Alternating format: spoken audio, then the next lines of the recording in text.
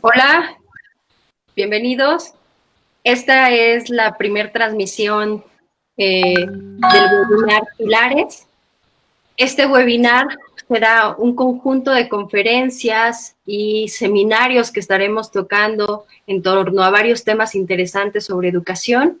Y este primero, que es con el que inauguramos este conjunto de estrategias, se llama Tips de lectura en tiempos de COVID, donde tenemos a tres grandes invitados que se han dedicado durante mucho tiempo a trabajo de mediación lectora, a desde la academia a estar pensando qué es esto que llamamos lectura y cómo podemos hacer para que se convierta en un acto placentero, en un acto importante, en un acto digno. Entonces, como todos los webinars, de hecho, les quería comentar, vienen de la palabra web y de la palabra seminario, son seminarios en línea, donde trataremos de reflexionar sobre temas, y este en particular, repito, es de lectura. Como primer invitado, me gustaría presentarles a Rafael Mondragón, el cual cuenta con estudios de postdoctorado, es profesor de la Facultad de Filosofía y Letras e investigador del Instituto de Investigaciones Filológicas. Es colaborador regular de círculos de lectura, talleres de educación popular y tiene experiencia de trabajo cultural comunitario. Él tiene otros intereses como el pensamiento utópico latinoamericano y las experiencias de acción cultural en el México reciente. Rafa, bienvenido. Hola, buenos días. Buenas tardes. En estos Tardes ya. tiempos ya es muy raro saber el horario. Sí. Bienvenido, Rafa. También quisiera presentarles en esta edición a Rafael César Flores. Él es promotor de lectura y formador de lectores. Ha participado en jornadas, conferencias y talleres en la Biblioteca Vasconcelos y en el Sistema Universitario de Fomento a la Lectura, Universo de Letras de la UNAM. Actualmente es coordinador de fomento a la lectura de la red de bibliotecas públicas de la Dirección de Acervo Hemerográfico de la SECTEI. Bienvenido, Rafa. Hola, muchas gracias por la invitación. Un gusto estar aquí hoy con ustedes. Buenas tardes. Buenas tardes. Ya no hay corrección de horario.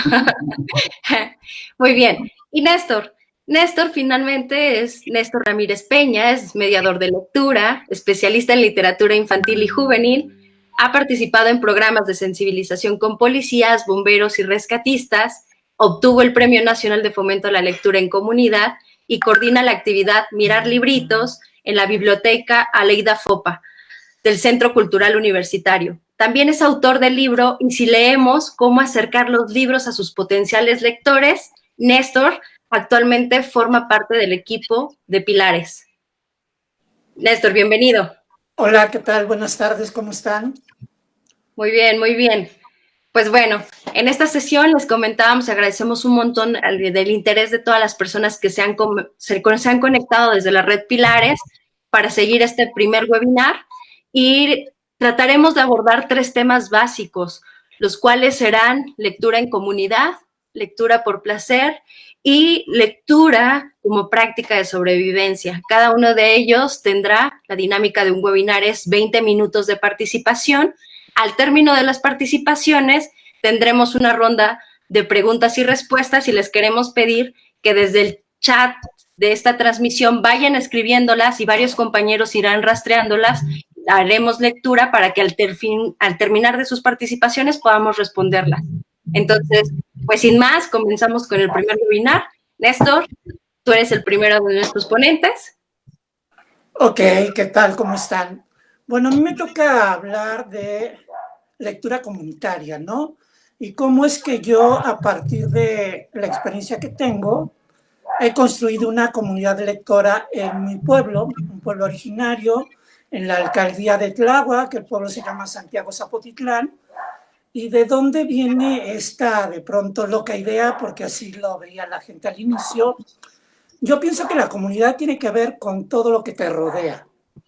La gente, tu familia principalmente, el mercado, la iglesia, la parroquia, todo eso conforma la comunidad del pueblo. Y luego, ¿por qué queremos que lean? Yo al inicio, hace 20 años, tenía la intención de armar un espacio donde primeramente vinieran mis sobrinos, mis primos, a lo mejor mis tías, a leer, a compartir mis libros. Y yo me dediqué a hacer primeramente una encuesta con todos, de, oye, si pongo un espacio de lectura, ¿tú irías? ¿Te gustaría ir? ¿Qué te gustaría leer? Y algunos me decían que sí, pero después de pronto me decían, no me llegaban a los oídos, ay, como que está un poco loco, ¿no? Quiere que la gente lea. ¿Para qué quiere que lean? Aquí, en su espacio, en su casa, porque aquí es donde tengo mi espacio, se ha ido construyendo poco a poco. La locura me llegó así de comenzar con mis libros, que era un acervo como de 500 libros, que yo aprendí a desprenderme de ellos para compartirlos, que también es un proceso, ¿no? Interesante, donde tú de pronto atesoras los libros, pero después permites que esos libros le lleguen a la comunidad que es tu entorno, primero tu familia, lo vuelvo a repetir. Creo que es básico comenzar desde ahí, desde la familia. Bueno, pues comencé con esto en la obra negra de la casa donde vivo. Puse una lona para cubrir, para que tuviéramos techito, y ahí nos reuníamos varias mamás con hijos pequeños.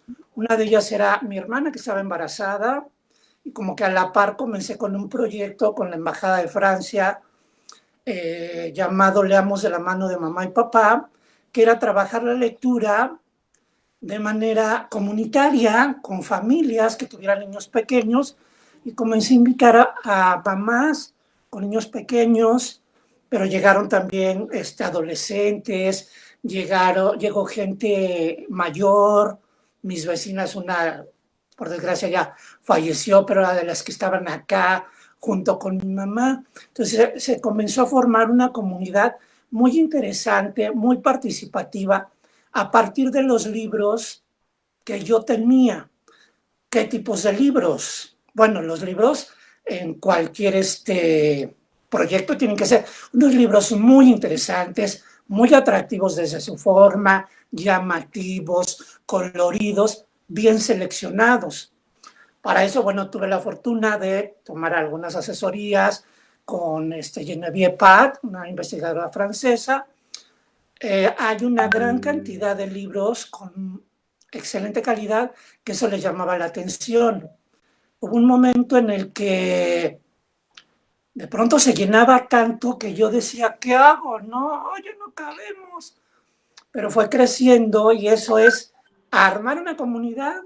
Y luego se me vino un poco la locura de, pues estamos en una comunidad y el lema de la sala de lectura Justita Arenas, donde arranco este proyecto, es difusión cultural a través de la lectura. Yo decía, a ver, la cultura tiene que ver con nuestras tradiciones, estamos en Tláhuac, son 7 pueblos originarios, los 7 pueblos originarios festejamos el Día de Muertos, igual que en México, ¿no? Le damos una celebración espectacular. A mí se me ocurrió organizar la velada literaria de Día de Muertos, donde yo me puse el personaje principal de la Catrina para guiar a todos y que los niños, las mamás, los chavos subieran a leer. Pero para hacerlo atractivo, organicé concursos. Un concurso de calaveras literarias donde todos escribiéramos, ¿no? Un concurso de chilacayotes para rescatar la tradición, que es pedir la calaverita con un chilacayote al que se le saca todo el contenido, se le pone una vela y se va a pedir calavera a las casas cantando y bueno, con veladoras, etcétera, etcétera. Y un concurso de disfraces para rescatar también esa tradición y evitar que la gente, hablando de comunidad, se siguiera invadiendo de las brujas, los monstruos, las momias, que tienen que ver más bien con el Halloween, que no es parte de nuestra cultura.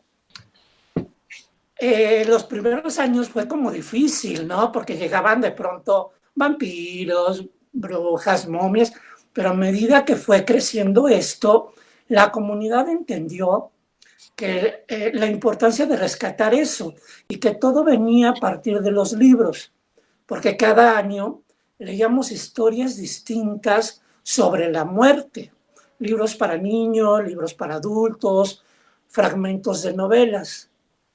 Y entonces la comunidad fue creciendo.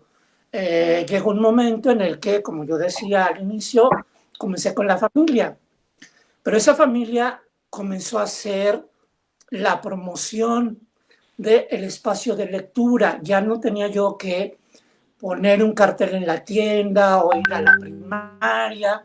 Ellos mismos comenzaban a invitar a la gente, a sus compañeros, los maestros se comenzaron a acercar al espacio y a partir de eso también construí una comunidad con los docentes de 15 escuelas primarias y secundarias que están aquí en la comunidad, de ambos turnos.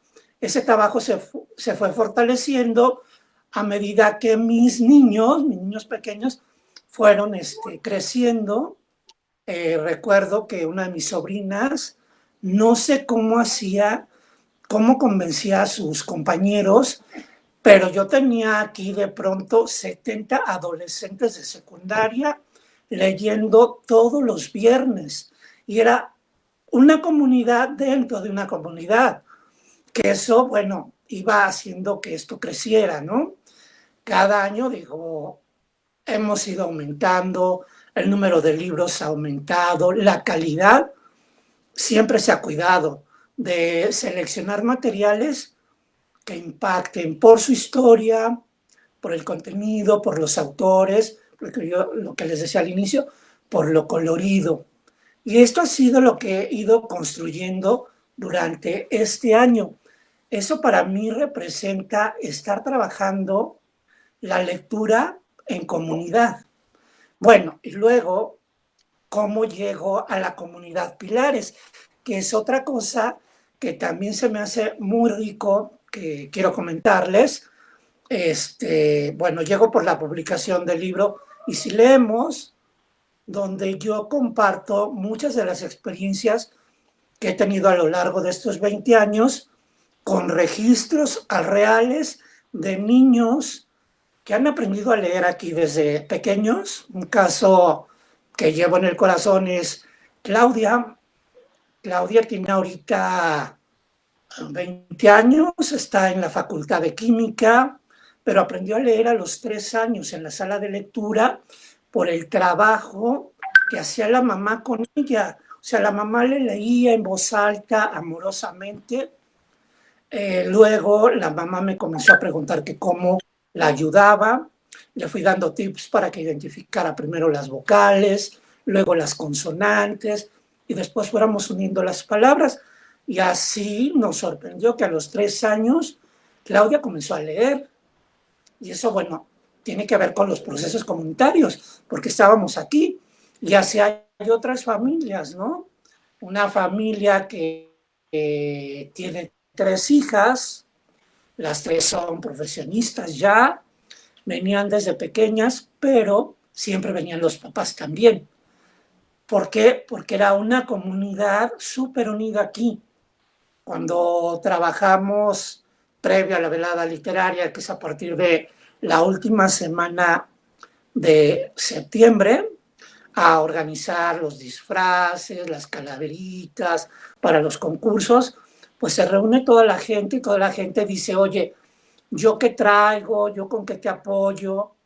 Y ahí es donde se refleja todo el trabajo comunitario de cómo lo han recibido y qué están aportando a la comunidad, porque la velada literaria es para toda la comunidad. Han venido de otros lugares a ver qué es lo que se hace que impacta mucho, ¿no? Tuvimos ya 2 visitas de Canal 11 para ver por qué los niños de la comunidad de Zapotitlán leían de esa manera y me preguntaban, ¿qué les das? Y mi respuesta siempre ha sido buenos libros, Claro, buenos libros y el ejemplo. Esto lo digo también en el libro, ¿no? El maestro como mediador de lectura y se quiere acercar a los niños, tiene que ser el ejemplo. Si yo leo, voy a provocar que los demás lean, pero si yo no leo, no va a pasar nada. Bueno, regresando a qué estamos haciendo en la comunidad de Pilares. Bueno, desde mi incorporación al programa Pilares, que son puntos de innovación maravillosos, que tienen mucha libertad para que construyamos cosas, hemos tratado de impulsar proyectos que tienen que ver con el libro.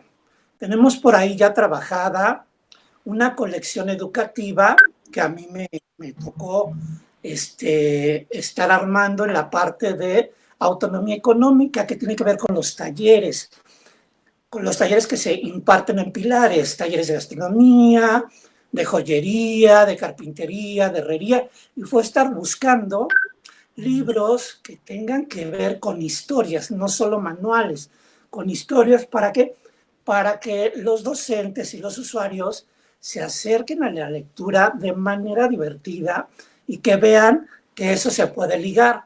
También este proyecto se está ligando con las nuevas tecnologías a partir del uso de los QR, que eso los va a llevar también a libros, por un lado, y a hacer algunos tutoriales.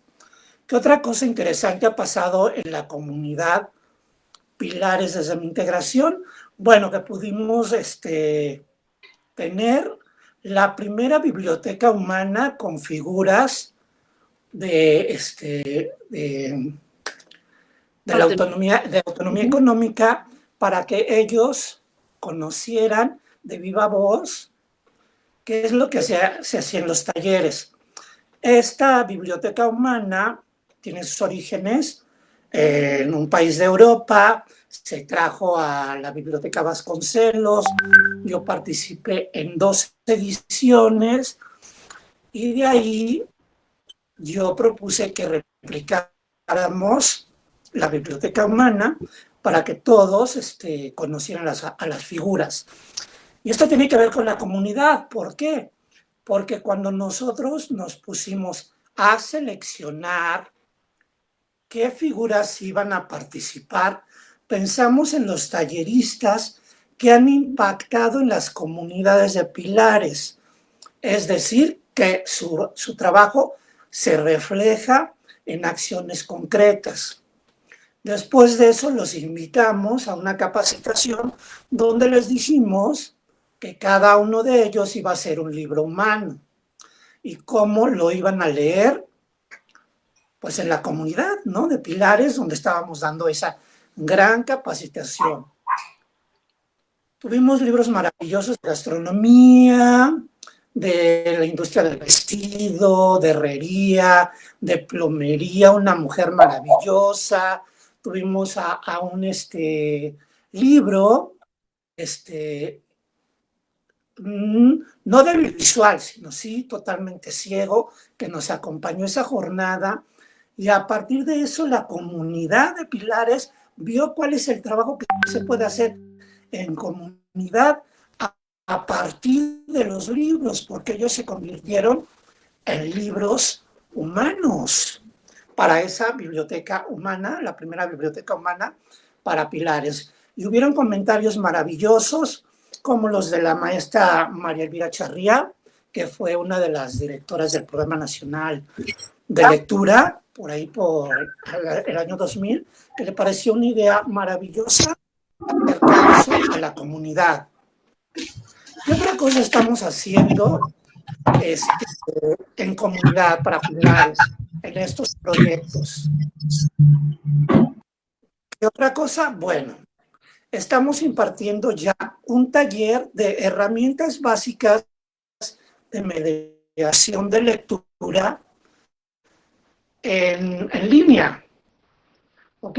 Y bueno, estamos dando esta capacitación a los docentes de Pilares para que lo reproduzcan. Lo acabamos de empezar esta semana. llevamos una muy buena respuesta y vamos a estar trabajando con diferentes zonas porque todos los pilares están divididos en zonas. Ahorita comenzamos el trabajo con la zona norte y vamos a seguir con la zona sur. El trabajo tiene que ver con la lectura en comunidad.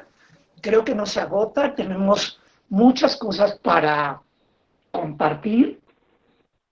Y bueno, creo que eso es lo que yo les puedo compartir desde mi experiencia, desde cómo he construido este espacio, a que también se ha transformado, lo he transformado, la sala de lectura, que originalmente era solo la sala de lectura Justicia Arenas, se ha transformado en el centro de lectura La Costurera, donde ya dimos los primeros talleres para mediadores y para docentes, principalmente de la zona suroriente, porque creemos que es una zona que de pronto está desprotegida de los beneficios de la capacitación y del seguimiento y de la implementación de proyectos que tienen que ver con la lectura para mejorar las condiciones socioemocionales de la gente, intelectuales, y que eso los va a llevar a tener otras visiones de la vida.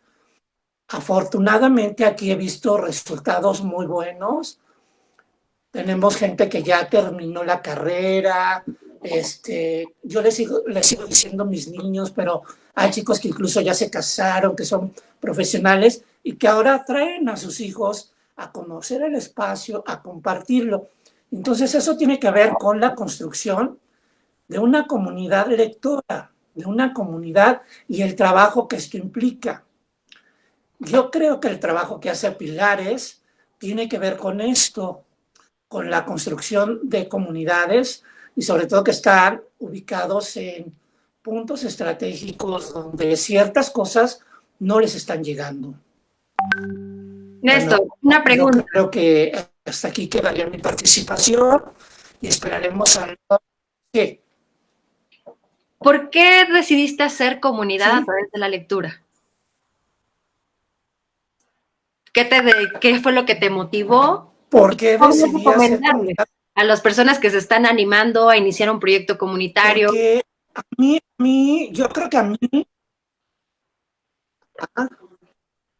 a mí la lectura yo creo que me salvó del medio en el que estaba yo viviendo. ¿A qué me refiero con esto? A que la gente, los chavos con los que yo me juntaba hace que les gusta, hace un poco más de 30 años, eran amigos que solo pensaban en tomar cerveza, jugar fútbol, que no está mal jugar fútbol, pero estar tomando cerveza todos los fines de semana, contratarse como obreros en una fábrica que está aquí, yo decía, no, o sea, no les veo, y a mí me gustaba mucho leer, y yo en la lectura encontraba muchas cosas que me hicieron reflexionar, incluso en algún momento mi mamá me decía, es que tú preocúpate por ti, sigue haciendo lo que te gusta, porque yo me preocupaba por la gente, ¿no? O sea, yo tuve que trabajar también en una fábrica y me tocaron cargar los armazones de los asientos que tienen los autos de la Volkswagen. Y eran jornadas de 8 horas y de ahí me iba yo a estudiar, pero terminaba muerto porque era alzar y colgarlo, alzar y colgarlo. Yo decía, no puedo pasarme toda la vida así. Yo tengo que hacer algo y tengo que hacer algo también por la comunidad, ¿no?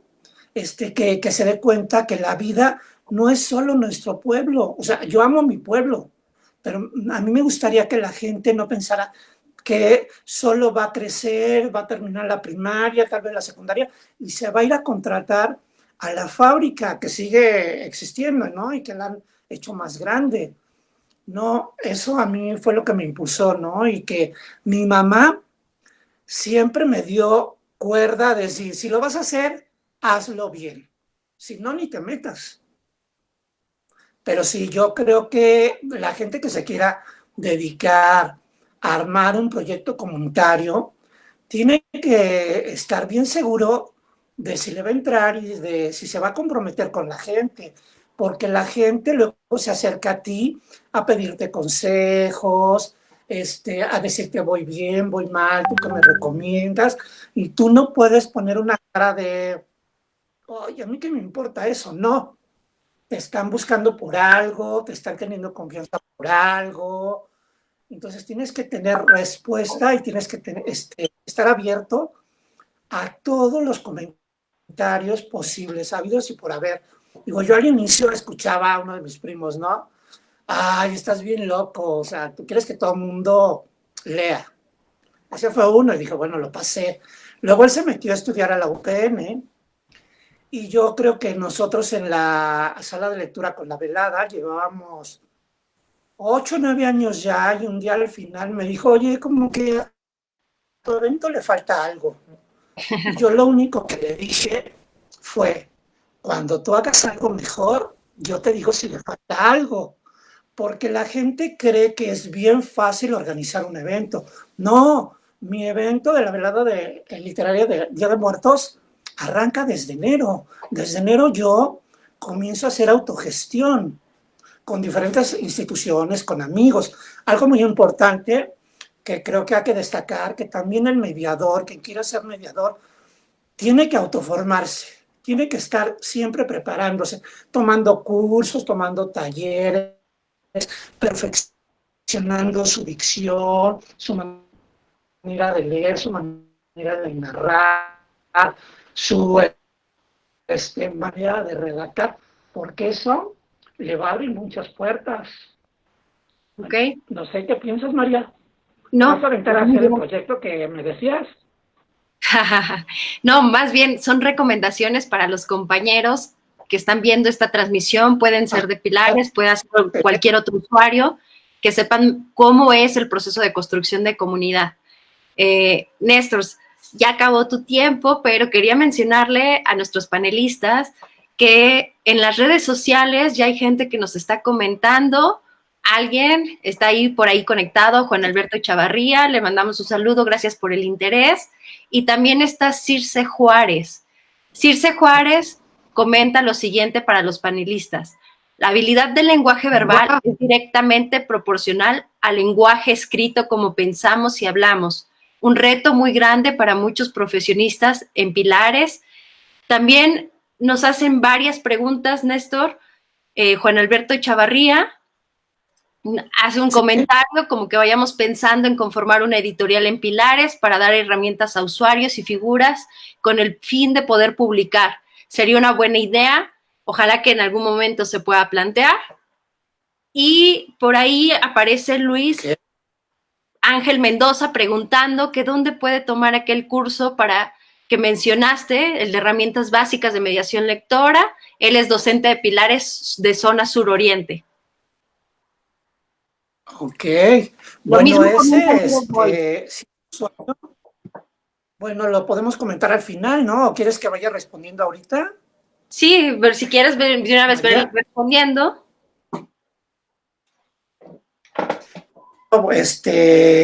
Así le puedo decir que es un poco complicado porque a veces, aunque seamos profesionistas o profesionales, no manejamos ambas cosas, ¿no? Y todo tiene que ver desde cómo leemos, qué leemos y cómo lo estamos compartiendo. Porque a la hora que tú compartes una lectura, estás también oralizando, estás hablando y a partir de eso va cambiando todo. A Juan Alberto, sí lo ubico muy bien. Híjole, eso de una editorial en Pilares es una idea linda, pero tendríamos que ver todos los pormenores, ¿no? De si le entramos, quién le entra, porque recordemos que a la par de Pilares está la dirección de bibliomerográficas, que ellos son los que se encargan de estar haciendo publicaciones, ¿no? Néstor, podríamos acercarnos a ellos y ver qué tipo de publicaciones. Ajá. Hay ¿Sí? otra pregunta de compañeros, perdón que se cortó un poco la transmisión ahí, nos llegó un poquito tarde.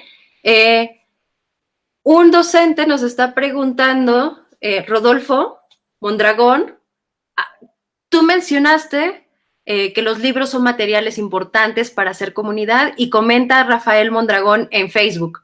Aparte de material de calidad, libros, ¿cómo motivar a la comunidad al hábito de la lectura? Con esta cerraríamos tu participaciones. Pues claro, claro, bueno, para el compañero que preguntó dónde se puede inscribir, tendría que tener contacto, si no es docente, con algún docente de Pilares de la zona para que pudiera tomar el curso el siguiente lunes o dentro de 15 días. Y a Rodolfo, ¿qué otras cosas podemos hacer aparte de los libros? Bueno, yo te invitaría a que vieras dónde está ubicada tu comunidad y que veas qué puedes rescatar de ahí, porque puedes comenzar a tener unas charlas, unas tertulias con ellos sobre las costumbres, sobre las tradiciones, sobre qué se come, cómo se vestían, cómo se visten ahora, y comenzar a hacer algunos escritos y puedes llegar incluso a una pequeña publicación que pueden hacer ustedes mismos, ¿no? Una publicación casera. Puedes hacerte también, puedes utilizar también algunas películas que tengan que ver con tu entorno. No sé si estás en esta zona. Ahorita, por ejemplo, la Cineteca descargó 18 cortometrajes, películas que tienen que ver con las tradiciones, ¿no? Los carnavales, la ida a Chalma, todas esas cosas te pueden servir para enriquecer a la comunidad y estar dialogando con ellos. Puedes hacerte también de uso de los periódicos, buscar periódicos antiguos de la zona, leerlos con ellos. Puedes armarte un catálogo herbolario de la zona, de flores, hablar de plantas. O sea, hay muchos elementos y eso es lo que yo les recomendaría. Ok, muchísimas gracias, Néstor. Agradecemos un montón el compartir toda tu experiencia de trabajo comunitario. Creo que los compañeros que están siguiendo la transmisión en Facebook, todos los usuarios o personas que están en las redes de Pilares, los animamos así, vamos a estar haciendo alguna que otra pregunta a los panelistas, pero también al final vamos a hacer lectura de alguna que se nos haya pasado para evitar algún atropello con lo de la red y que nos interrumpamos. Y pues nada, que agradecerte, Néstor, y le daríamos la bienvenida a Rafa César, un compañero mediador, al cual le tenemos un montón de cariño, tiene un montón de trabajo, y algo bien padre de Rafa es que siempre anda súper activo haciendo un montón de actividades. Y pues nada, Rafa, bienvenido, abro tu participación. Hola, muchas gracias. Bueno, yo voy a tomarme unos minutos partiendo de lo que ya Néstor expuso. Néstor habló muy bien de una parte de la mediación que implica la gestión, ¿no? De un proyecto comunitario. Cualquier proyecto de mediación, independientemente de si es, por ejemplo, en una escuela pública, si es en una casa particular, como es el caso de la sala de lectura de Néstor, si es en una biblioteca pública, en un pilar, ¿no? En un pilares, etcétera, pues tiene algunas características que a mí me gustaría partir de esto, ¿no? Lo primero y lo más importante es que este proyecto se le ocurre, lo diseña y lo ejecuta una persona o un grupo de personas. Quiero resaltar eso porque es muy importante saber que la persona siempre es el centro, ¿no? Que produce este movimiento. Esa persona puede ser un mediador, puede ser un maestro, puede ser un bibliotecario, puede ser una familia, puede ser cualquier persona. Después generalmente se trabaja con un acervo, con libros, de preferencia diversos y extraordinarios, pero bueno, también tenemos que comenzar con un material para leer. Y después hay que hablar de un espacio, que también puede ser eso, la sala de una casa, el garage de una casa, puede ser una sala de lectura en una biblioteca, puede ser un aula escolar, etcétera. Bueno, a partir de esas condiciones, lo que los mediadores hacemos es generar un encuentro, un acontecimiento que es bastante complejo. Y a mí me gustaría hablar un poco a detalle de este encuentro que tiene relación con esta experiencia que hablamos del placer, etcétera, pero también con muchísimas, muchísimas otras. Me gustaría detenerme un momento para hablar de ese encuentro, ¿no? Que es el encuentro del lector. Es un encuentro verdaderamente muy complejo. A mí me gusta mucho cómo Ruth Blossenblanc de alguna manera lo describe, porque también estamos hablando de algo que es muy difícil definir, ¿no? Pero ella lo llama así, es un acontecimiento que es un encuentro entre un texto particular, no cualquier texto, un lector particular, no cualquier lector, en un momento particular, no en cualquier momento, y desde luego bajo circunstancias también bastante particulares, ¿no? Eso es el encuentro entre un lector y un texto. A mí me gusta mucho imaginar que este encuentro es como un diagrama de Venn, en donde tenemos un círculo que es el lector, que es un universo enorme, lleno de información, de vivencias, de emociones, ¿no? De su historia completa. Y no importa si este lector es un niño muy pequeño o es un adulto, o no importa su profesión, no importa su condición social, todos somos poseedores de un acervo de vivencias y de información maravilloso y diferente. Y por otro lado tenemos un texto que también es así, ¿no? Está lleno de todas estas cosas y la lectura es justo este encuentro en donde los círculos se interceptan y se crea siempre un tercer espacio que no existía antes, ¿no? Y ese espacio es el espacio de la lectura y ese espacio es en el que los mediadores trabajamos, ¿no? Es una cosa maravillosa poder estar ahí y ver cómo se abren estos espacios. Me gustaría también plantear una diferencia entre la lectura como, vista como una actividad y la lectura vista como eso, como una experiencia particular de un lector particular, ¿no? En temas de educación se le da demasiado énfasis a la lectura como una actividad, ¿no? La lectura, en estos sentidos, nosotros pretendemos orientarla, ¿no? Diseñamos una intervención, tenemos unos objetivos y queremos que ciertas cosas pasen. Entonces, pretendemos poder orientar, ¿no? Nuestra actividad a nuestra comunidad hacia esos objetivos. Y después pretendemos poder interpretarla, por ejemplo, con alguna actividad, con algunas preguntas, con una evaluación y más o menos saber qué pasó ahí. Pero hay un momento al centro de estas dos cosas que es el mientras el lector está leyendo, ¿no?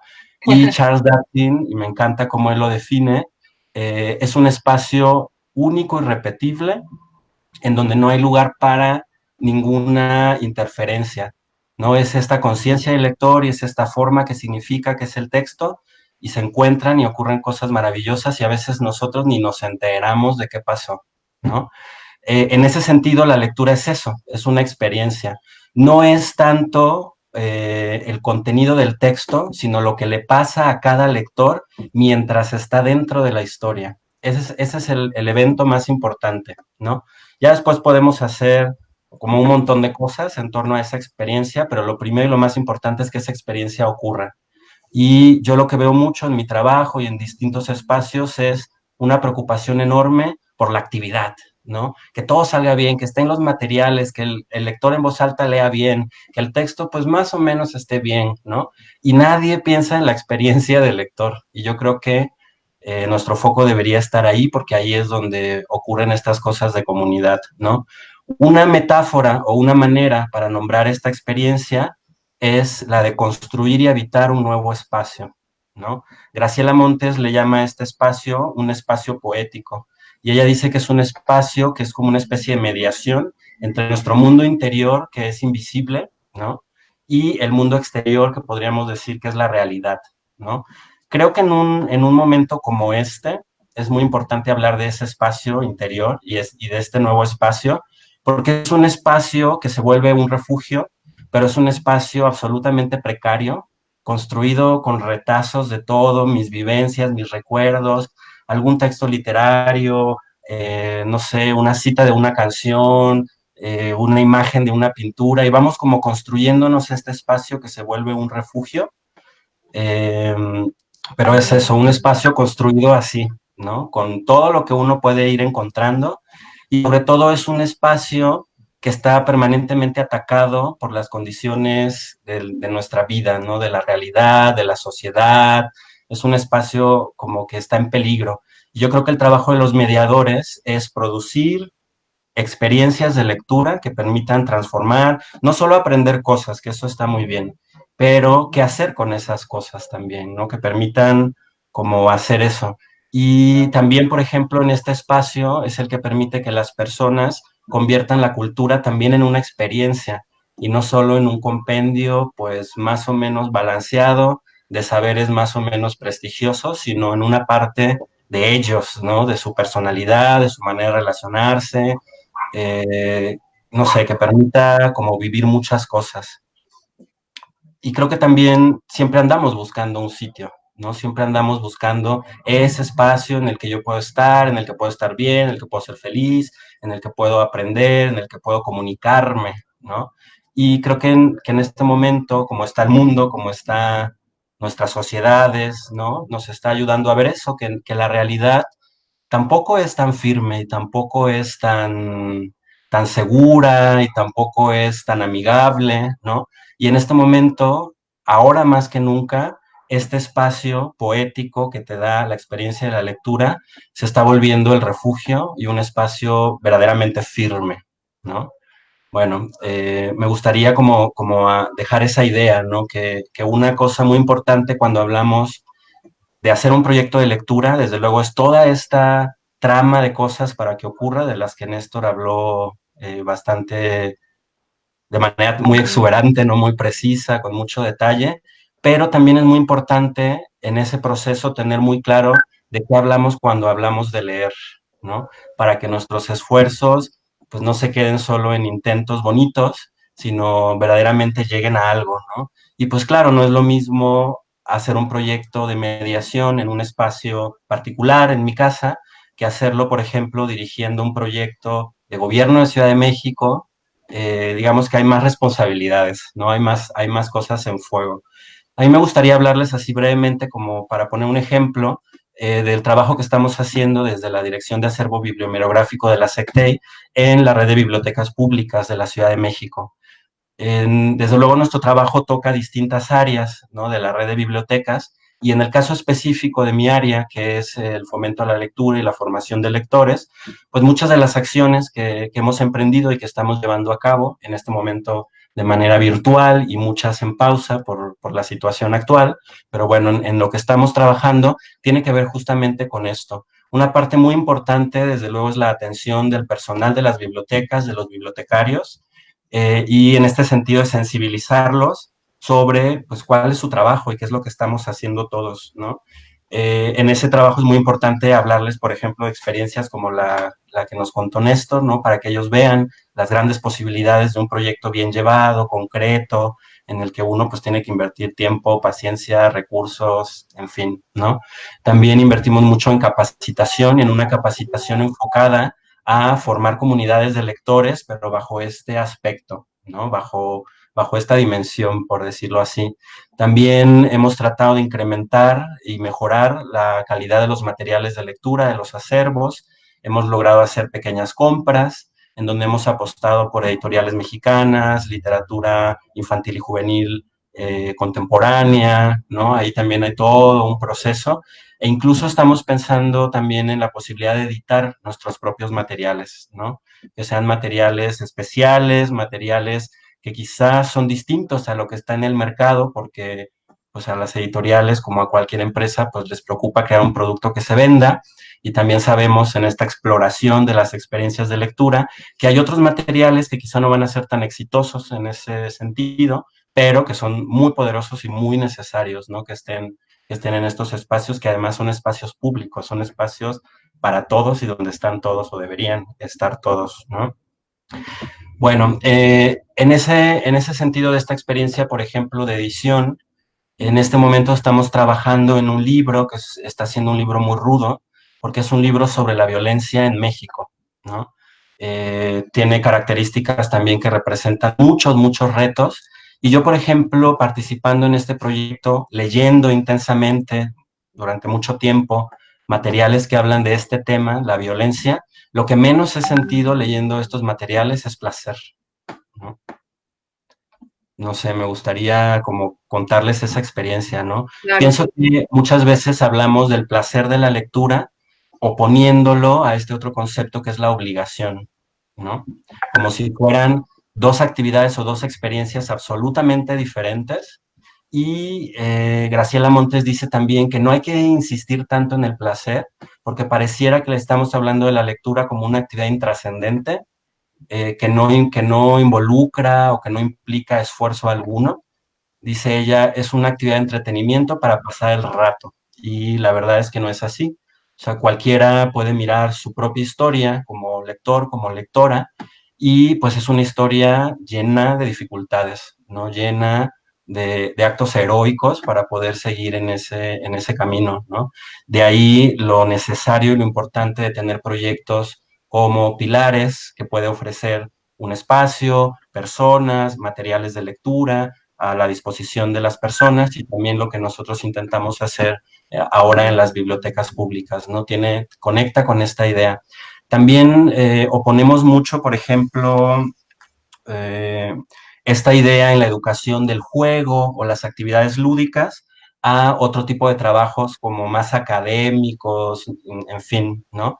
Y bueno, yo lo que quisiera decir al respecto de esta idea de placer es que yo en mi experiencia particular de lectura, como lector, ¿no? En mi vida como lector, recuerdo mucho a una maestra de la secundaria, que fue precisamente cuando yo empecé a acercarme de manera más regular o más asidua a los libros, y lo hice gracias a que ella me obligó, ¿no?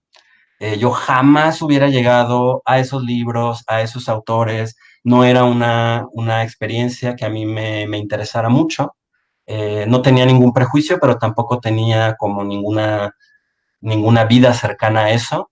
Y ella llegó y dijo, pues ni modo, esto es un taller de lectura, es obligatorio leer, va a haber evaluaciones, pero claro, esa actividad que ella proponía estaba acompañada de una selección infalible y extraordinaria de materiales, en donde pues sí llegábamos a los libros diciendo, wow, pues ni modo, ¿no? O sea, pues a ver, voy a buscar resúmenes, a ver, no sé, tú lees este y nos lo cuentas a todos. Uno es muy creativo y buscábamos maneras de no hacerlo, pero a pesar de eso, todos de alguna manera entramos y fuimos encontrando en estos libros ciertas cosas, ¿no?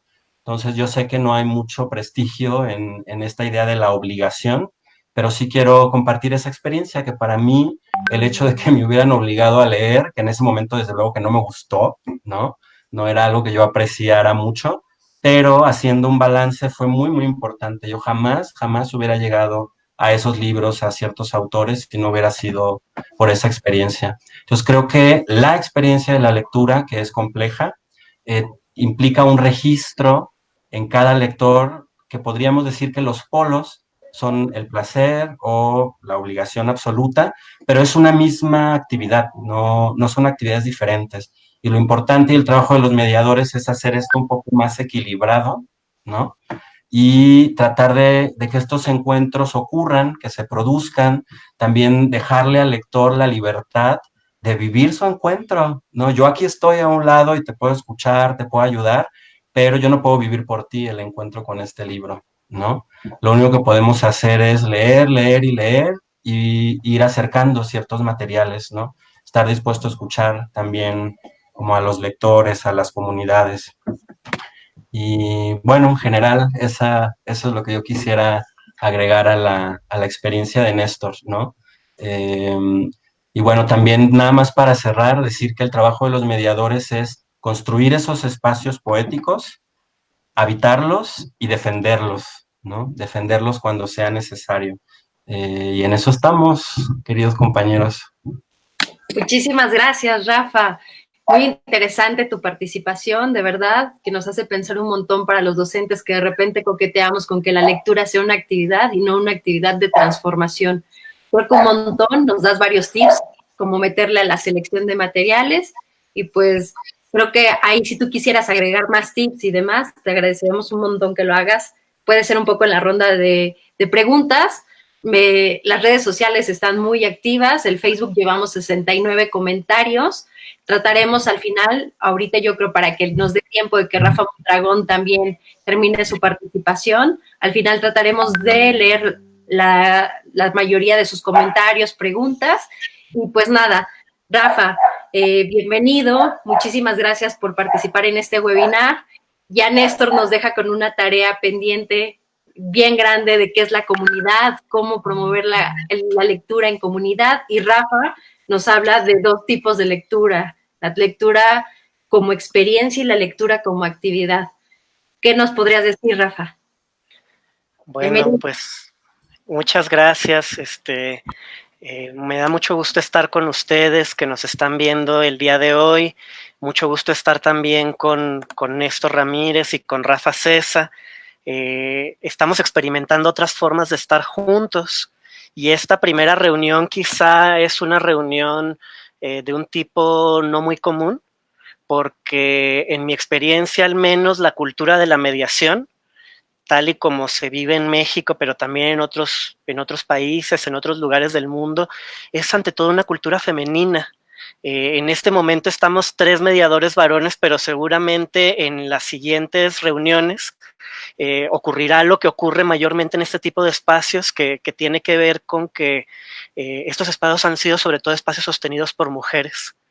Y para mí siempre queda como pendiente, ¿no?, la reflexión de por qué tan pocos varones hemos sido capaces de comprometernos con este tipo de experiencias, que no nada más tienen que ver con la lectura o con la literatura, sino con toda una forma de concebir el cambio social.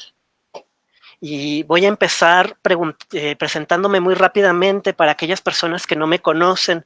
Ya María les dijo, ¿no?, que soy profesor e investigador de la universidad. Otra forma de presentarme podría ser decirles que soy hijo de una mujer que es una investigadora no académica y una colaboradora de espacios de organización popular, de quien aprendí una forma de trabajar con la gente, y de un hombre que, a pesar de no haber vivido conmigo, fue un hombre dulce y solidario, muy comprometido en proyectos pues, que estaban relacionados con el fortalecimiento del movimiento indígena y de otros movimientos populares, y que las cosas que yo hago en la universidad de alguna manera son un homenaje a esas otras formas de investigar, de pensar y de colaborar en procesos de organización, que son las formas que yo también identifico mucho con la cultura de la mediación. Ya Néstor nos contó algunos momentos de esta experiencia tan rica, tan admirable, tan poderosa. Yo creo que el modo testimonial en nuestros espacios es muy importante, que hay cosas que solo se pueden explicar narrándose. Y Rafa Cesa hizo un primer despliegue de algunas categorías que son fundamentales para pensar la experiencia de la mediación. Nos habló de la importancia, pues, de que la mediación es algo que la llevan personas, que tiene que ver con un acervo que se da en un espacio y que además construye un espacio que no es el espacio físico. Y yo voy a aprovechar las cosas que dijeron Néstor y Rafa para proponer algunas reflexiones adicionales. ¿Cómo construimos espacios de mediación en contextos como los que estamos viviendo en México y el mundo, en donde el espacio físico nos ha sido arrebatado? ¿Qué significa construir un espacio en momentos en los cuales vivimos en un confinamiento obligado? Esta reunión habla del placer de leer en tiempos de sana distancia, y la misma palabra placer que ya Rafa Cesa problematizó, a mí se me hace una palabra difícil de decir en estos contextos de tanta ansiedad. La ansiedad es una respuesta natural ante situaciones de peligro, pero cuando el peligro se vuelve difuso e incontrolable, ¿no?, como está ocurriendo ahorita, la ansiedad cansa al cuerpo, ¿no?, engaña, y ahora estamos viviendo en momentos de ansiedad permanente en donde la misma mención de la palabra placer puede ser, puede llamar a engaño, ¿no? Cuando es tan difícil para muchas y muchos de nosotros concentrarnos en la lectura placentera, en estos momentos también en donde el encierro está vinculado con la dificultad, retomo algo que dijo Rafa Cesa, de construir espacio interior, porque resulta que para construir espacio interior el encuentro con los otros y las otras es importante. Lo más íntimo y lo más personal solamente puede construirse en el encuentro con los otros. Y en momentos en los que estamos viviendo otra pandemia, no solamente tiene que ver con este redescubrimiento radical de nuestra vulnerabilidad y nuestra fragilidad, después de bastantes décadas en las cuales lo que podríamos llamar civilización occidental se olvidó de esa condición vulnerable que tenía que ver con nuestra relación con las enfermedades, y de pronto resulta que no estamos tan en control de nuestra vida como creíamos, sino que también estamos viviendo otra pandemia, que es una pandemia que está vinculada con el miedo al otro y la soledad compartida. Nos encontramos solo en la soledad y en el espanto, y no necesariamente en otras prácticas vinculadas, por ejemplo, con la solidaridad y la reciprocidad, en donde el miedo al contagio se traslada rápidamente al miedo al contacto. Yo hoy en la tarde, antes de venir acá, salí a comprar pan para mi esposa, que está embarazada y va a dar a luz en septiembre, y me encontré con las miradas de regaño de un montón de gente que en el momento de comprar pan revelaban su miedo, en el miedo a cómo me comportaba yo, ¿no? A mi franqueza, a mi manera de acercarme al vendedor, y un poco sentía una mirada de reproche, ¿no? O sea, ¿por qué te acercas tanto? Podrías contagiarme, ¿no? Y estas son como cosas que están ocurriendo de forma normal, ¿no? Están fortaleciendo un miedo al otro que yo siento definitorio de una condición que ya estábamos viviendo desde antes de la pandemia. Y es que el contacto con el otro siempre nos regresa, decía Cristina Rivera Garza, esta extraordinaria escritora de quien tanto hemos aprendido, esa condición que es constitutiva del ser humano, que es la condición vulnerable. No nada más son vulnerables las poblaciones vulnerables de las que nos habla López-Gatell en su conferencia de las 7, los viejitos, las embarazadas, es que la vulnerabilidad es constitutiva de la condición humana y aparece de manifiesto siempre en el contacto con el otro. Y el miedo al contacto y el miedo al contagio también son constitutivas de esta otra pandemia que estamos viviendo junto con la pandemia física. Y me parece que también, con esto cierro mi introducción, es constitutiva de esto, de esta otra pandemia, esta disolución de fronteras entre lo público y lo privado, el tiempo para nuestra familia y el tiempo para trabajar. Uno ya no sabe cuándo está trabajando y cuándo no, y parece que nunca deja de trabajar. El trabajo se está transformando y la explotación se está transformando también. Y eso está vinculado también con esta experiencia de aquellos que tenemos la suerte de poder trabajar desde casa, de una cámara que nos observa en todo momento, se mete, muestra nuestra cama extendida, muestra el rostro de nuestros niños y niñas sin que siempre lo queramos, ¿no? Y hay este sentimiento de la dificultad de construir un espacio íntimo. Añado una palabra para hablar de ese espacio interior del que hablaba Rafa. Y esto me parece importante decirlo porque me parece que los mediadores y mediadoras trabajamos en este entrelugar, que no es ni el sujeto solitario con su experiencia de vida, ni es el espacio público de la plaza, que es el espacio de la intimidad. Y este es un momento para construir y defender y alimentar la potencia de la intimidad. Y bueno, Pilares es un proyecto de gobierno. Y digo esto porque me imagino que muchas personas que ahorita están reunidas con nosotros están experimentando un conjunto de dificultades y de ansiedades que están vinculadas con este lugar, que es distinto al lugar de los proyectos culturales autónomos, en donde yo me formé y muchos y muchas de nosotros nos hemos formado. Porque los proyectos de gobierno trabajan desde una perspectiva que está vinculada, por ejemplo, con el horizonte de lo representativo, con la necesidad de tener coberturas amplias, con la necesidad de evaluar los recursos que el Estado da, porque esos recursos no son del Estado, sino son de la gente. Por lo tanto, desde la cultura de la evaluación, la necesidad de cuantificar, ¿no? Y esto, en estos meses de pandemia, ha llevado a la exigencia por parte del Estado a que los mediadores y los trabajadores culturales construyan un montón de experiencias, no solo de experiencias, sino sobre todo de productos.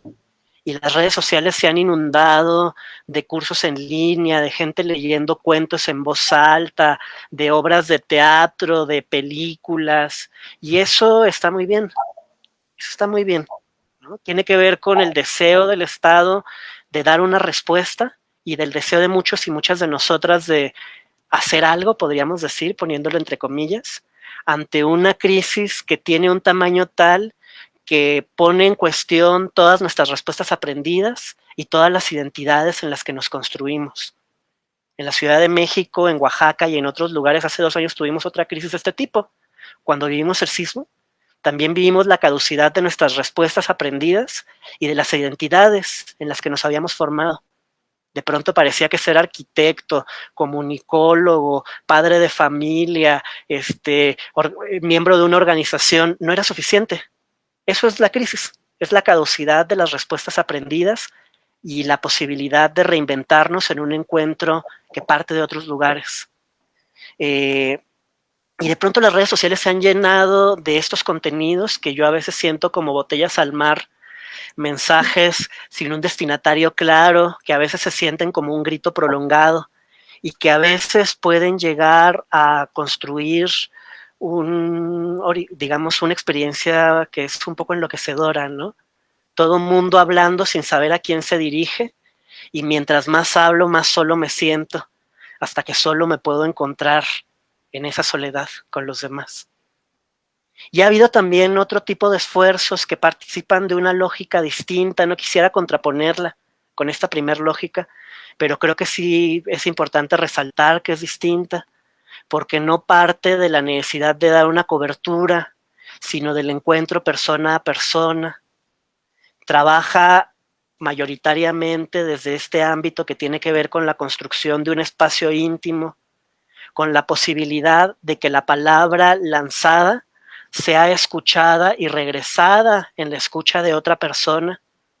Por lo tanto, desde la posibilidad de volvernos a hilar, no voy a hablar de tejido social porque me parece que se ha vuelto un lugar común, pero sí voy a hablar de la posibilidad de hilarnos de persona a persona, de subjetividad a subjetividad, de historia personal a historia personal, siguiendo una lógica.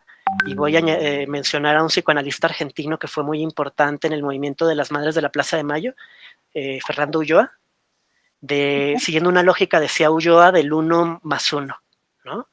No se trata de llegar a muchos, pero sí que si yo, por ejemplo, me encuentro con María, de María a Rafael se construirá algo que después podrá incluir a Néstor, María y Rafael, y después de Néstor a otra persona. Y eso implica otra manera de trabajar, ¿no?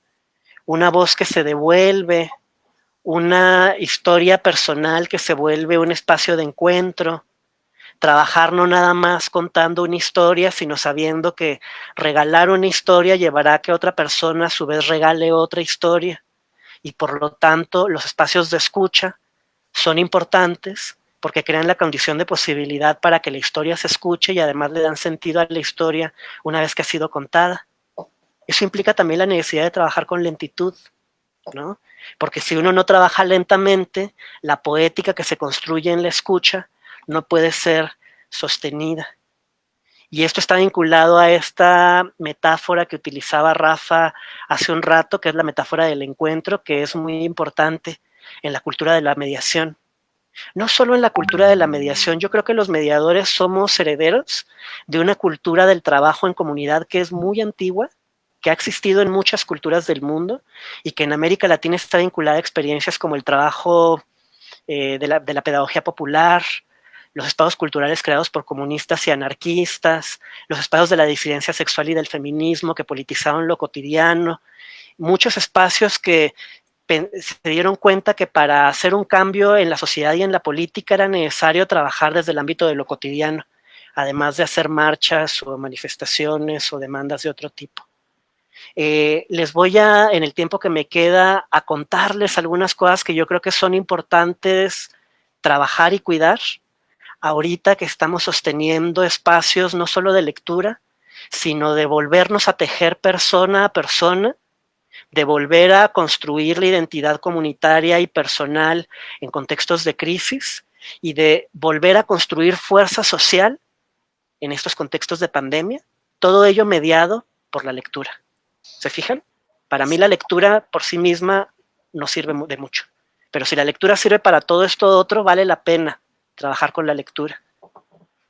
Una primera cosa tendría que ver con cómo se construye un espacio que pueda ser un entrelugar para reunirnos y que sea un espacio distinto del espacio del encierro, ¿no?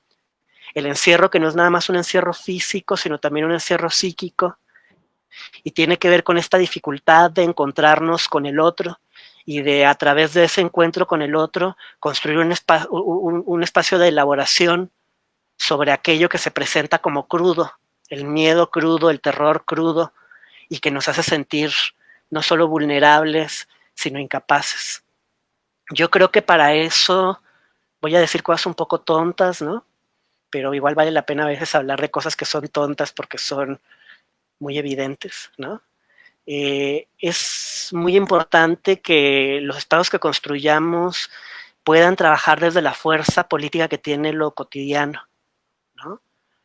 Un espacio que dura 1 hora, pero se sostiene cada semana el mismo día y a la misma hora, es más poderoso que un seminario intensivo de 3 días en donde la gente no se vuelve a encontrar. Cuando se sabe, esto también ocurre cuando no estamos en pandemia, ¿no? Cuando se sabe que una vez por semana llegará el mismo loquito a trabajar al parque, se crea condiciones para que la gente identifique que allá hay disponibilidad emocional, ¿no? No se trata de que vengas a fuerzas, pero esta hora existirá siempre para que cuando tú quieras puedas venir de la forma en que tú te sientas interpelado, ¿no? Y dividir esa hora en 3 momentos, por ejemplo, en donde ocurren 3 cosas distintas, ayudan a que ese espacio sea un espacio hospitalario, en el sentido de que uno ofrece un menú lo suficientemente amplio para que cada quien sea interpelado en un lugar que yo no puedo prever, porque el otro siempre se mantiene como distinto a mí, pero haya la mayor cantidad de espacios posibles para que ese otro haga de ese lugar lo que él quiere, ¿no? Yo creo que los espacios de cuidado que se sostienen en estos encuentros mediados por el libro se sostienen de manera más fuerte cuando uno los puebla de rituales que marcan una frontera simbólica entre el antes y el después de entrar a ese espacio, ¿no? Y eso, por ejemplo, en lugares como Lectura Refugio, que es un hashtag de Twitter que tenemos, es un círculo de lectura que ya lleva más de 2 meses y en donde nos reunimos 40 desconocidos 3 veces por semana, 1 hora, a comentar libros que nos hacen bien, ha sido muy importante. Por ejemplo, empezamos a leer un libro de John Berger, de A para X, que es una novela epistolar de una mujer que le escribe a un hombre que está en prisión. Es un libro muy esperanzador y muy bello. Y como es una novela epistolar, ella siempre le escribe a él llamándole querido, ¿no? Con un nombre distinto. Nos dimos cuenta de eso en la primera sesión y a partir de entonces, cada vez que yo empezaba, era como si les escribiera una carta y cada vez inventaba un nombre distinto, y eso es un ritual de entrada. Rituales de entrada de este tipo seguramente evocan los rituales que ustedes han construido en sus espacios, y a mí me gustaría mucho conocer esos espacios, esos rituales. Otros rituales tienen que ver con la fuerza poética y política del juego. John Berger, el autor de este libro, era un hombre que jugaba mucho. Y jugar sirve para pensar. Jugar y pensar no son cosas distintas. Ya lo dijo Rafa y Néstor lo demostró. A veces la mejor manera de pensar es entrar a un juego colectivo que vuelve visibles cosas que han sido invisibilizadas por la dinámica del miedo, de la violencia, de la opresión. Y una de las cosas que nosotros hicimos en esta primera etapa de Lectura Refugio fue ver un documental sobre la vida de Berger, y ahí Berger explica varios de los juegos con los que construyó sus libros. Por ejemplo, tenía un juego, a él le gustaba mucho la pintura, en donde juntaba postales. Fíjense, aquí tengo, por ejemplo, una postal muy bonita, sí, con pinturas y cosas de distintas épocas, y las ponía en un tarjetero para que su hija las viera, y entonces conversaban mediados por elegir una postal y hacer una pregunta al otro. Eso permite encontrarnos de maneras distintas a como nos encontraríamos si solo estuviéramos conversando. Ahí toma sentido la labor del mediador, ¿no?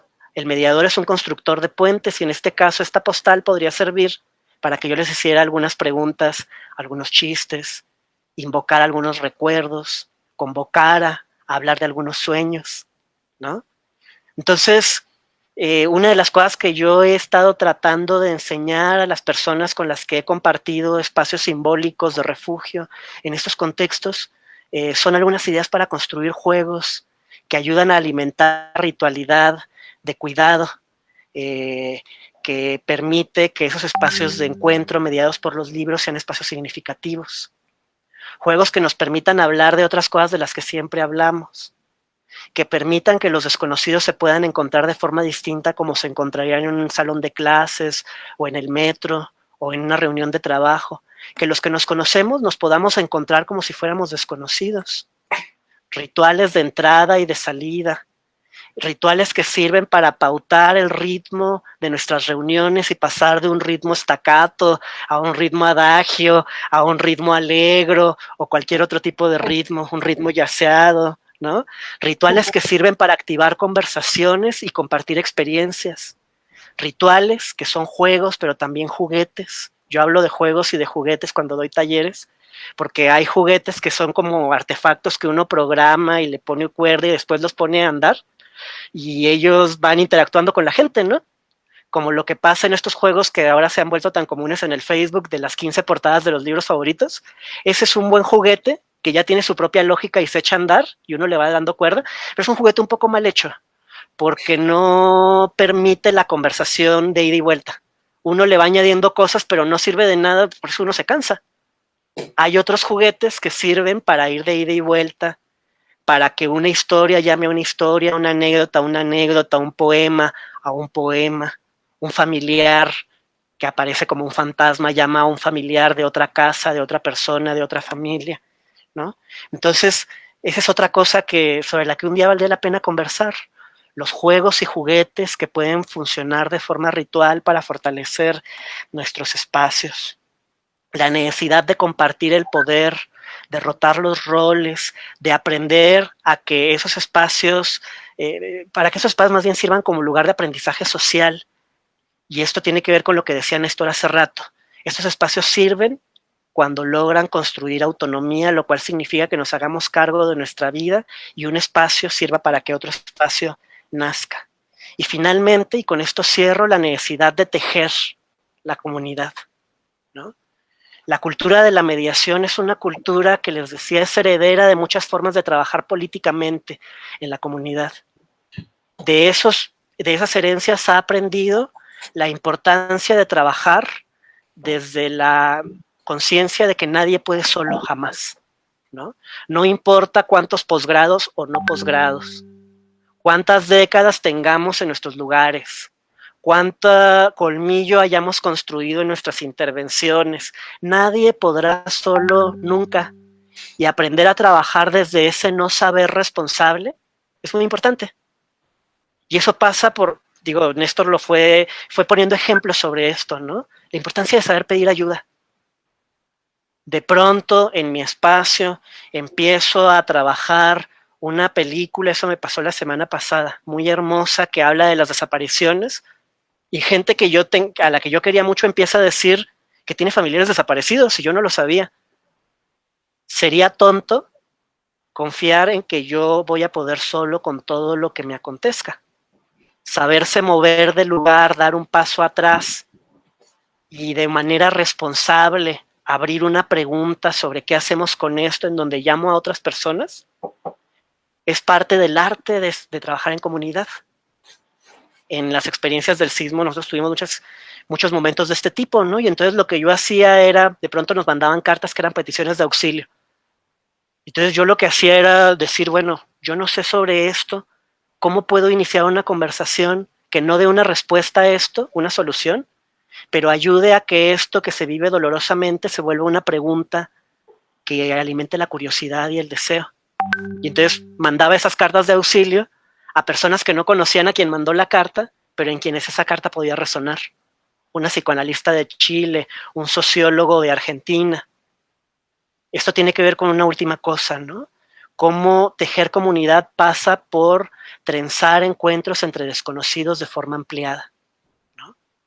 Uno como mediador también puede ayudar a interpelar a otras personas para que esos mensajes lleguen a personas a las que no deberían llegar. En Lectura Refugio yo me busqué al traductor de John Berger y le conté que íbamos a leer el libro. Se puso muy contento, pero él no sabe más que usar su celular. Y me junté en el celular con él para que conversara y grabáramos un video que le iba a llegar a gente que no lo iba a encontrar. Es una forma de trenzar encuentros entre desconocidos. Y cierro con esto último, diciéndoles a ustedes que están trabajando en este contexto que admiro su valentía y su fuerza, y que lo que ustedes están descubriendo ahorita será fundamental en los años que siguen. Y eso sería todo de mi parte, y muchas gracias a María, a Néstor y a Rafa, y a ustedes que nos están escuchando. Rafa, qué gusto escucharte.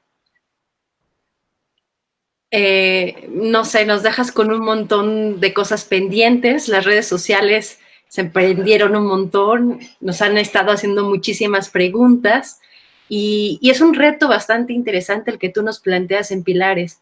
Cómo garantizar espacios de encuentro dignos, espacios de encuentro que generen comunidad, pero espacios de encuentro que aún sabiendo la incapacidad que estamos teniendo de generar comunidad, ¿cómo le vamos a hacer quienes estamos en este rollo de sí apostarle a la comunidad, cómo construirla y siempre construir el trabajo en equipo? Y si es un rollo bien grande, Rafa, creo que va a ser uno de los retos importantes, la transformación educativa. Nos dejas con muchos pendientes, creo que esta cuarentena nos deja atropellados y decíamos por la mañana con varios otros compañeros, creo que la intención de estos espacios que estamos construyendo, de estos webinars, es apostarle sí a la transformación educativa, pero también a la transformación en experiencias lectoras.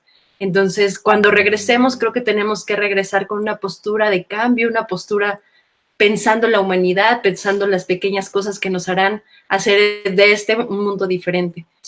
Un montón de tareas pendientes, Rafa. No quisiera intervenir más tiempo por una razón. En las redes sociales hay varios comentarios, quisiera que los fuéramos abordando, los voy a ir dando lectura y ustedes pueden ir reaccionando como les parezca mejor. Vamos a ver un poco qué hay en las redes sociales. Agradecemos un montón a las personas que nos ven, el participar, el animarse.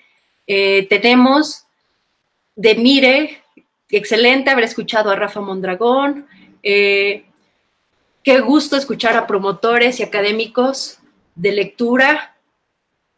Muy buen contenido, inspirador y una presencia agradable. Y Eliana Cárdenas nos dice, gracias Rafa, totalmente de acuerdo, el trabajo en comunidad, todas tenemos algo que aportar, la importancia de tejer el espacio social tan indispensable en la actualidad, trabajé en él y para la comunidad.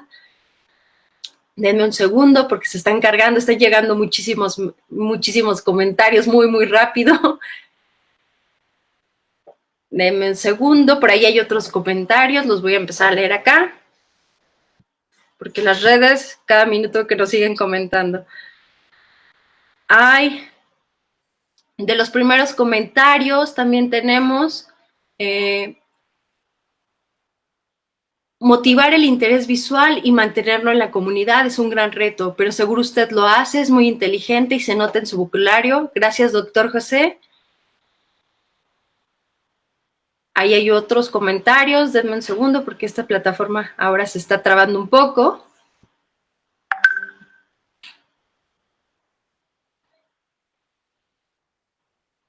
De Luis Mariano Salazar, a leer, aprendes, viajas, conoces, compartes, lo mejor es leer por placer y hay que tener ese excelente hábito. Alejandro García menciona, Pilares rescata figuras y usuarios de la comunidad, dan una oportunidad, sin embargo, no hay forma de evaluar a los usuarios y los cambios que se fomentan. Creo que ahí hay un poco de lo que Rafa mencionaba, de esta inquietud que nos da los docentes de que la lectura se convierta en actividades de una evaluación. Los números son fríos y no pueden ser parámetros confiables. Tenemos también otra de María Ávila, mencionando que excelentes las participaciones. Circe Juárez, el conocimiento adquirido desde la lectura y el intercambio de ideas permite brindar apoyo y acompañamiento, no soluciones a problemáticas ajenas. Ahí menciona Circe que la lectura debe hacer un intercambio de ideas. No sé si quisieran hacer alguna intervención hasta aquí o continuamos con la lectura de comentarios. Continuamos.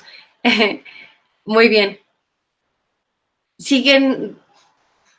Noris Gauss menciona en Facebook cómo incluir y motivar a la lectura a nuestra población en riesgo para evitar el estrés de esta vulnerabilidad.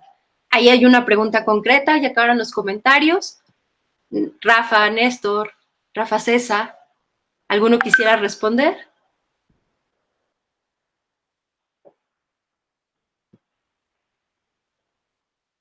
No, todavía no, ¿verdad?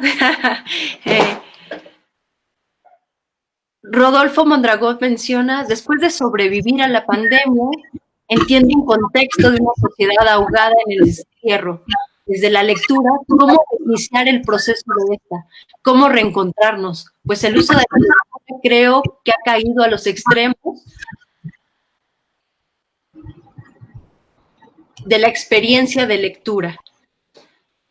No, Luis Ángel, agradecemos esta serie de reflexiones en torno a la labor de estudio y que no solo es hábito, sino una pasión en verdad.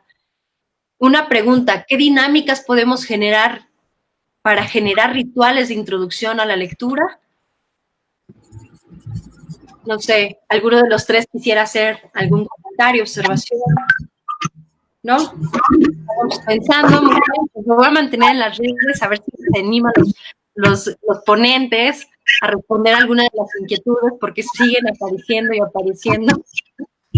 Agradecemos un montón toda esta participación tan activa de las figuras, de los usuarios, de cualquier ciudadano que pudiera estar viendo el Facebook. Yo quisiera plantear una pregunta para Rafa Mondragón, para Néstor, porque me quedo pensando en muchas cosas a partir de las intervenciones. No sé si pueda hacerlo, es muy breve. Sí, claro, claro. ¿Sí? Yo creo que como cierre estaría excelente, Rafa. Sí. Bueno, me surge esta inquietud a partir de este comentario de Rafa, de que la vulnerabilidad efectivamente es una parte fundamental de la experiencia de estar vivo, o sea, es como una parte esencial, me atrevería a decir, de esto, ¿no? Y trasladando eso a los espacios y a los proyectos, me quedo pensando que también podríamos decir que todos los espacios son precarios, o sea, que esta lógica, ¿no? De que hay personas vulnerables y hay espacios precarios, creo que este es un buen momento para darnos cuenta de que siempre hemos vivido en un mundo en esas condiciones, ¿no? Pues me gustaría preguntarles, pensando en esto que decías, María, de ahora que volvamos, ¿no? Bueno, no nos hemos ido del todo, pero efectivamente ha habido ahí como un trasloque de espacios, tiempos, etcétera. Y me gustaría preguntarles a Néstor y a Rafa si consideran que su trabajo, sus espacios, sus comunidades, ¿cómo van a ser y cómo vamos a volver? Decía María de ahora que volvamos, ¿no?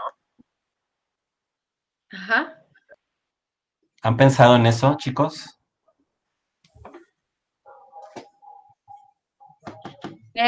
Rafa, yo creo que vamos contigo, Rafa. Creo que Néstor quería hablar, pero tiene el micrófono apagado. Yo creo que si tú quieres responder y ahorita que Néstor active su micrófono. Pues A esta es una pregunta pregunta, es una pregunta muy bonita la que hace mi tocayo, ¿no? Yo creo que esa pregunta puede ayudar a desactivar el miedo y a recuperar la capacidad de utopía, ¿no? De imaginación y de ficción, eh, que va a ser muy importante para no, salir del puro reaccionar a los golpes que nos da la vida y empezar a imaginar el mundo mejor que va a ser necesario, ¿no? Yo ya regresé porque soy profesor, ya estoy dando clases en línea y hemos tenido que inventar rituales distintos para encontrarnos y eso ha sido muy bonito, ¿no? Eso que en un primer momento era visto como una dificultad. Profe, no pude terminar de escuchar la clase porque estoy cuidando a mi abuelo, dijo un estudiante la semana pasada. Profe, estoy en un pueblo donde no hay internet y me conecto con el celular. Profe, tuve que entrar a trabajar en línea porque mis papás no están recibiendo dinero en sus trabajos, entonces le doy clase a niños en línea a la hora de la clase. Una vez que eso, digamos, fue enfrentado, reconocido y hablado, permitió abrir una pregunta de qué era lo fundamental mantener en la clase, ¿no? Que permitió que la clase se volviera un lugar muy creativo y muy lindo. Yo, por ejemplo, ahora en lugar de dar clases presenciales, hago programas de radio y los dejo ahí para que ellos los vayan escuchando a su ritmo. Nos escribimos a la manera de las antiguas tradiciones epistolares y de juego a través de cartas, y eso ha provocado experiencias que son muy bonitas. Nos hacemos cartas que son de persona a persona, pero van circulando colectivamente, por ejemplo, en donde una persona cuenta algo de su vida y manda un dibujo y una canción, y luego otra persona habla del dibujo anterior y hace un nuevo dibujo, ¿no? Y eso está volviendo mi aula un lugar interesante y rico como no lo había sido en décadas, ¿no? Pero yo creo que Néstor ya debe funcionar su micrófono, así que mejor que nos cuente él también. Ya, bueno, yo he mantenido contacto con toda la comunidad. ¿Qué he hecho? Bueno, pues las redes sociales. Tengo un WhatsApp con los nombres de las mamás que traen a los niños. Y he estado grabando hasta la fecha 62, hasta el día de hoy, 62 libros, 10 actividades que he compartido con toda la comunidad de la sala de lectura, pero además se han ligado también algunos de mis exalumnos del Colegio Bilbao y del Instituto Cultural José Vasconcelos, donde mis compañeras docentes les han compartido todos esos videos, ¿no? Y yo creo que es una manera de estar en contacto con la comunidad. Y ¿cómo vamos a regresar? Pregunta Rafa César, ¿no? Pues yo creo que vamos a regresar. Yo quiero regresar con las mismas ganas a trabajar a mi espacio de lectura, donde yo pueda seguir prestando los libros, porque ahorita, bueno, están todos quietos, ¿no? Pero la idea es que se sigan prestando. Tal vez lo que voy a modificar, porque sí van a haber ciertas modificaciones, es la velada literaria de este año, que estoy pensando que a lo mejor va a ser necesaria hacerla en línea para no perder este año, porque las medidas que hemos visto, que si sí, que si no, que si regresamos, que si no regresamos, lo que ha estado ocurriendo en los países de Europa que están recayendo, yo no quisiera que ocurriera, porque aquí se ha construido una comunidad bastante grande que llega a la velada, aunque ya mandé mis requerimientos para todos los apoyos logísticos. Ya también mandé otro en el que estoy pensando que se pueda hacer de otra manera para que no se pierda este año, ¿no? Porque son 20 años de trabajo constante y de una velada que ya lleva 20 años también. Pues eso es lo que yo estoy haciendo, Rafa. No sé si sea una buena idea, si realmente sigo con las loqueras que traigo, ¿no? De siempre ser irreverente, porque desde el primer día yo dije voy a grabar historias y las voy a subir, reactivé mi canal de YouTube y he estado en contacto con la comunidad, les he grabado incluso felicitaciones de cumpleaños, he tratado de mantener contacto con ellos, ¿no? De alguna manera. Eso es lo que yo he estado haciendo. Pues creo que está muy mal y que deberías plantearte eso. No, no es cierto, Néstor. Oigan, yo también quiero compartirles así rápidamente, pues sí, efectivamente, pues muchas cosas no se han detenido, nunca me fui del todo y también estoy como de otra manera ahora. En ese sentido, creo que todos nosotros somos muy afortunados, ¿no? De tener esa oportunidad, y también es una oportunidad justo para, para aprender, ¿no? Que a veces pues algo pasa y nos mueve del lugar y nos hace pensar de una manera diferente, y en ese sentido pues sí, creo que es una oportunidad muy interesante para hacer cosas diferentes, distintas, y sobre todo darnos cuenta de eso, de qué es lo que hemos estado haciendo, de dónde estaban nuestros focos, nuestras seguridades, como nuestras ideas, y a mí en lo personal, en mi trabajo, pues sí, ha sido una cosa muy impresionante, muy intensa.